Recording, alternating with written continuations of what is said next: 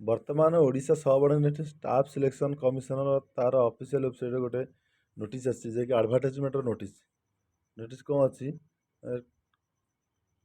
Combined recruitment examination 2023ର advertise ଅଛି। District cadre post କ'ଣ ଅଛି? ପୋଷ୍ଟ କ'ଣ ଅଛି ନା ଅଛି RI ଅଛି, ସୁପରଭାଇଜର ପୋଷ୍ଟ ଅଛି, ARI ଅଛି, ଅମିନ ଅଛି, SFS ଅଛି, ଷ୍ଟାଟିଷ୍ଟିକାଲ ଫିଲ୍ଡ ସର୍ଭେୟର ପୋଷ୍ଟ ଅଛି।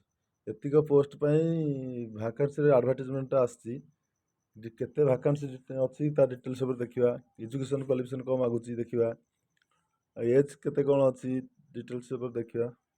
ଡିଟେଲ୍ସ ଉପରେ ଦେଖିବା ପୂର୍ବରୁ ଫାଷ୍ଟ ମୋର ଏ ଚ୍ୟାନେଲକୁ ଲାଇକ୍, ସବସ୍କ୍ରାଇବ୍, ସେୟାର କରିନିଅନ୍ତୁ।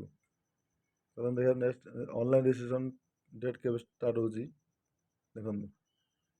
30/12/2023ରୁ ଅନଲାଇନ୍ ରେଜିଷ୍ଟ୍ରେସନ୍ ରିରେଜିଷ୍ଟ୍ରେସନ୍ ଦୁଇଟାଙ୍କ ଷ୍ଟାର୍ଟ ହେଉଛି। ଆଉ ତା'ର ଶେଷ ତାରିଖ ଅଛି 25/1/2024।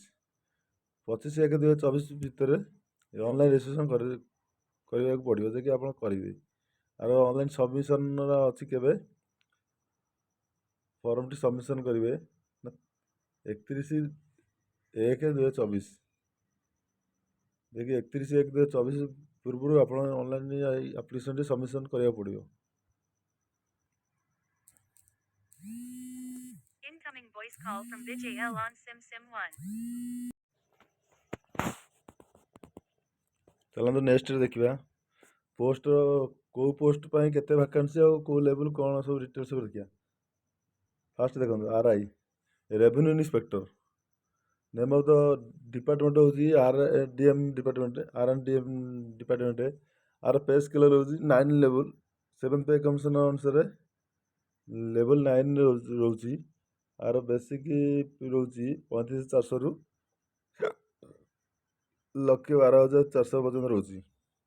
ଆଉ ଇଏ ICDS ସୁପରଭାଇଜର ଫିମେଲ୍ ଓନ୍ଲି, ମାନେ ଯେଉଁ ଅଙ୍ଗନବାଡ଼ି ସୁପରଭାଇଜର। ଆର ରହୁଛି ଇଏ ବି 9 ଲେବୁଲ୍ରେ ରହୁଛି, ଗ୍ରୁପ୍ B ଲେବୁଲ୍। ତାପରେ ଆସୁଛି ଆସିଷ୍ଟାଣ୍ଟ ରେଭିନ୍ୟୁ ଇନ୍ସପେକ୍ଟର, ଯେ କି ଇଏ ରହୁଛି ଆର 19,900ରୁ ଷ୍ଟାର୍ଟ କରି 63,200, ଲେବୁଲ୍ 4 ରହୁଛି। ତାପରେ ଆସୁଛି ଅମିନ ପୋଷ୍ଟ ପାଇଁ ଆସୁଛି 18,000ରୁ 56,900, ଯେ କି ଲେବୁଲ୍ 3 ରହୁଛି। ଆଉ ଷ୍ଟାଟିଷ୍ଟିକାଲ ଫିଲ୍ଡ ସର୍ଭେୟରରେ ରହୁଛି 18,000ରୁ 56,900, ଇଏ ଲେବୁଲ୍ 3 ରହୁଛି 7 ପେ କମିଶନ ଅନୁସାରେ। ତାହେଲେ ଦେଖିବା ଏଜୁକେସନ୍ କ୍ୱାଲିଫିକେସନ୍ କ'ଣ ହେଉଛି। ଏଜୁକେସନ୍ ଦେଖନ୍ତୁ ଫାଷ୍ଟ RIରେ ମାଗୁଛି graduation. The candidate must have pass A bachelor degree examination. Graduation ମାଗୁଛି। ଆର ଏଜ୍ କେତେ ମାଗୁଛି ନା 20ରୁ 38 ବର୍ଷ ହେଇଥିବା ଦରକାର। 20ରୁ 38 ବର୍ଷ ମଧ୍ୟରେ ହେଲେ ଆପଣ ଏଇ ଫର୍ମଟି ଆପ୍ଲାଏ କରିପାରିବେ ରେଭିନ୍ୟୁ ଇନ୍ସପେକ୍ଟର ପାଇଁ। ତାପରେ ସୁପରଭାଇଜର ଫିମେଲଙ୍କର ଦେଖିବା,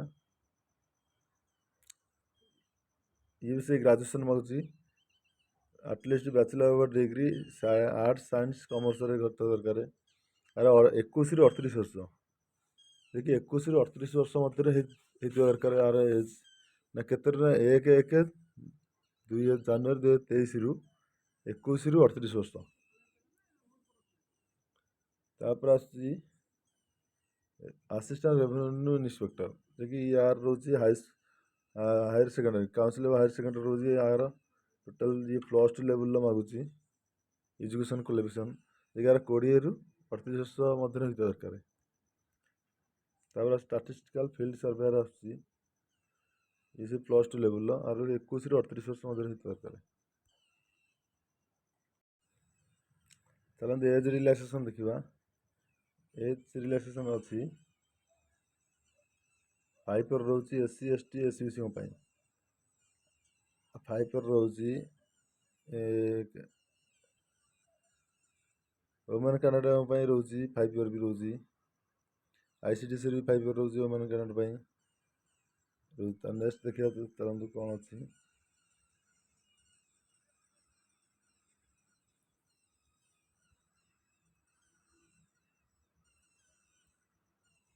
ଦେଖନ୍ତୁ ତାର ଏକ୍ଜାମିନେସନ୍ ଫିସ୍ ଟୋଟାଲ୍ ନାହିଁ, ଯେ free ଯେ କି no examination fee is payable for applying for the post.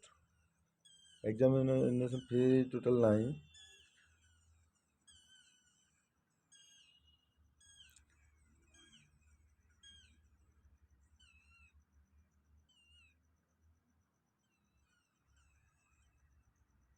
ଏଇ ଦେଖନ୍ତୁ ଡକୁମେଣ୍ଟସ୍ କ'ଣ ମାଗୁଛି ଦେଖନ୍ତୁ। ଫାଷ୍ଟ ଡକୁମେଣ୍ଟ ମାଗୁଛି ଯଦି ଆପଣଙ୍କର ରିଜର୍ଭେସନର ଇଏ କରୁଛନ୍ତି ଅପିଲ୍ କରୁଛନ୍ତି ତାହେଲେ ଆପଣଙ୍କର SC ST ବା SC BCର ଆଉ ପର୍ସନାଲ ଯେଉଁ ଡିଜାବିଲିଟି ଡିଜାବିଲିଟିର ସାର୍ଟିଫିକେଟ୍ ଆପଣଙ୍କୁ ଶୋ କରିବାକୁ ପଡ଼ିବ। ନେକ୍ସଟ ରହୁଛି ହାୟର ସେକେଣ୍ଡାରୀ ପ୍ଲସ୍ ଟୁ ଲେବୁଲର +2 +3 ତାର ସାର୍ଟିଫିକେଟ୍ ଆଉ ମାର୍କସିଟ୍ ଦରକାର। ତାପରେ ରହୁଛି certificate of passing Odia language ଯାହାକି ସପ୍ତମରେ ଓଡ଼ିଆ ଲାଙ୍ଗୁଏଜ୍ ଆପଣଙ୍କର ଗୋଟେ ଥିବା ଦରକାର। ତା ସହ ନେକ୍ସଟ ହେଉଛି ଆଇଡେଣ୍ଟି ଡିସଚାର୍ଜ ସାର୍ଟିଫିକେଟ୍ ଯାହାକି ଏକ୍ସ ସର୍ଭିସମ୍ୟାନ୍ ଯିଏ ଅଛନ୍ତି ତାଙ୍କର ଡିସଚାର୍ଜ ସାର୍ଟିଫିକେଟ୍ ଦରକାର। ସ୍ପୋର୍ଟସ୍ ବାଲାଙ୍କର ତାଙ୍କର ଆଇଡି କାର୍ଡ଼, ରେସିଡେଣ୍ଟ ଡକୁମେଣ୍ଟ ଦରକାର, ରେସିଡେଣ୍ଟ ସାର୍ଟିଫିକେଟ୍, କ୍ୟାରେକ୍ଟର ସାର୍ଟିଫିକେଟ୍ ନିହାତି ଦରକାର। ଯଦି ଆପଣ କୌଣସି ଏଥିରେ କାମ କରୁଛନ୍ତି ଡେପୁଟି ଡିରେକ୍ଟର କାମ କରୁଛନ୍ତି ଆପଣଙ୍କର ସାର୍ଟିଫିକେଟ୍ ଦରକାର। Certificate of work experience settlement କନସଲ୍ୟୁସନ୍ ଅର୍ଗାନାଇଜେସନ୍ ଏନି ତାର candidates training relaxation revenue department ହେଲେ ଆପଣ ରିଲାକ୍ସେସନ୍ର ବି ଦେଖିବାକୁ ପଡ଼ିବ। Place of exam place and date of examination ଦେଖନ୍ତୁ ପ୍ରିଲିମିନାରୀ ତାର ଟେଣ୍ଟାଟିଭ୍ ଡେଟ୍ ହିସାବରେ ତାର ରଖିଛନ୍ତି ମେ'ରୁ ଜୁନ୍ ଭିତରେ। ମେ ଆଉ ଜୁନ୍ ମାସ ଭିତରେ ପ୍ରିଲିମିନାରୀ ଏକ୍ଜାମିନେସନ୍ ହେବାର ଚାନ୍ସ ଅଛି ଯେ କି 24ରେ। ତାର ମେନ୍ ଏକ୍ଜାମିନେସନ୍ ଅଛି ସେପ୍ଟେମ୍ବରରୁ ଅକ୍ଟୋବର ଭିତରେ ହେବାର ଚାନ୍ସ ଅଛି। ତାର ସ୍କିଲ୍ ଟେଷ୍ଟ ଯେ କି ପ୍ରାକ୍ଟିକାଲ୍ ସ୍କିଲ୍ ଟେଷ୍ଟ ତାର 2 ମାସ ଭିତରେ ହେବାର ଚାନ୍ସ ଅଛି।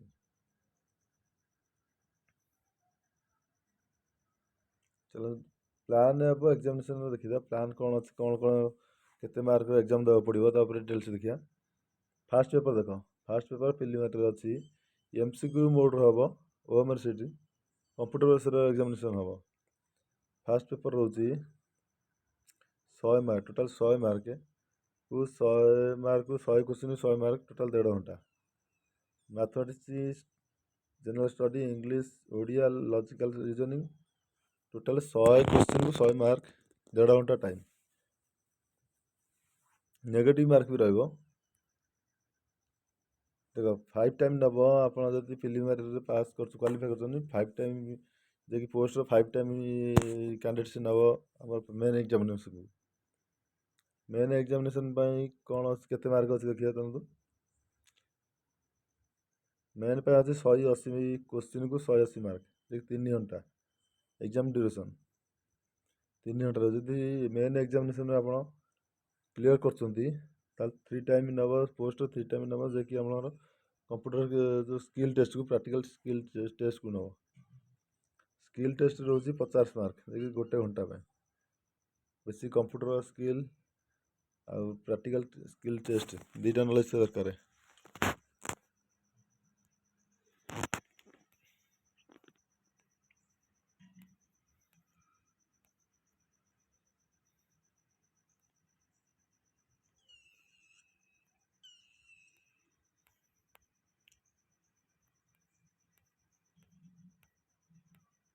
ତାହେଲେ ପୋଷ୍ଟ କ'ଣ ଅଛି, କେଉଁ କାଟାଗୋରୀରେ କେତେ ପୋଷ୍ଟ ଅଛି ଡିଟେଲ୍ସ ଦେଖିବା।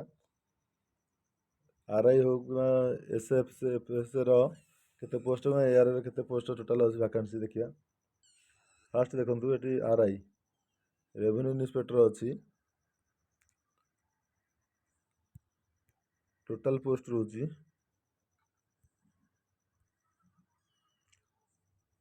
559ଟା ପୋଷ୍ଟ। ଟୋଟାଲ୍ ପୋଷ୍ଟ ଅଲ୍ ଓଡ଼ିଶାରେ 559ଟି RIର ପୋଷ୍ଟ ଭ୍ୟାକାନ୍ସି ଅଛି ଯେ ଫିଲ୍ଅପ୍ ପାଇଁ। ଡିଷ୍ଟ୍ରିକ୍ଟ ୱାଇଜ୍ ଅଛି ଆଉ ତାର କାଟାଗୋରୀ ଅନୁସାରେ ଅଛି ଦେଖିନେବେ। ନେକ୍ସଟ ରହୁଛି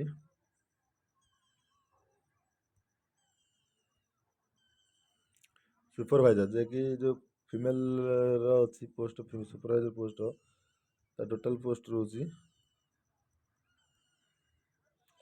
498 498 ଗୋଟିଏ ପୋଷ୍ଟ ରହୁଛି ଭାକାନ୍ସି ଯେ କି ଫିଲଅପ୍ ପାଇଁ ଅଲ୍ ଓଡ଼ିଶାରେ 498 ପୋଷ୍ଟ ଅଛି ସୁପରଭାଇଜର ପାଇଁ ଫିଲଅପ୍ ପାଇଁ ପୋଷ୍ଟ ଭାକାନ୍ସି ଅଛି। ତାପରେ ନେକ୍ସଟ ରହୁଛି ARI ରହୁଛି ଅଲ୍ ଓଡ଼ିଶା ପାଇଁ ଟୋଟାଲ 827 ବଡ଼ ଭାକାନ୍ସି 827ଟା ପଦ ପାଇଁ ଭାକାନ୍ସି ଅଛି 827 ବହୁତ ବଡ଼ ଭାକାନ୍ସି। ତାପରେ ରହୁଛି ଆମର SFS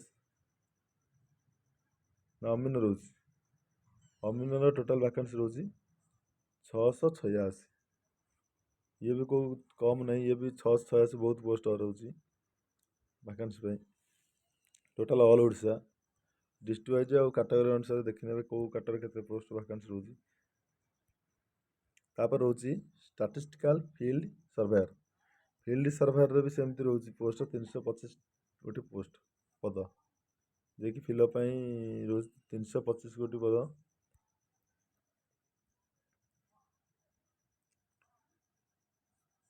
ଠିକ୍ ଅଛି ଯେଉଁମାନେ +2 ଲେବୁଲ ଆପ୍ଲାଏ କରିବାକୁ ଚାହୁଁଛନ୍ତି ତାହେଲେ ଆପଣ ଆପ୍ଲାଏ କରନ୍ତୁ ଆଉ ଗ୍ରାଜୁଏସନ୍ ଯାହାର ଅଛି ସିଏ RI ଓ ସୁପରଭାଇଜର ପୋଷ୍ଟ ପାଇଁ ଆପ୍ଲାଏ କରିବେ। Thank you.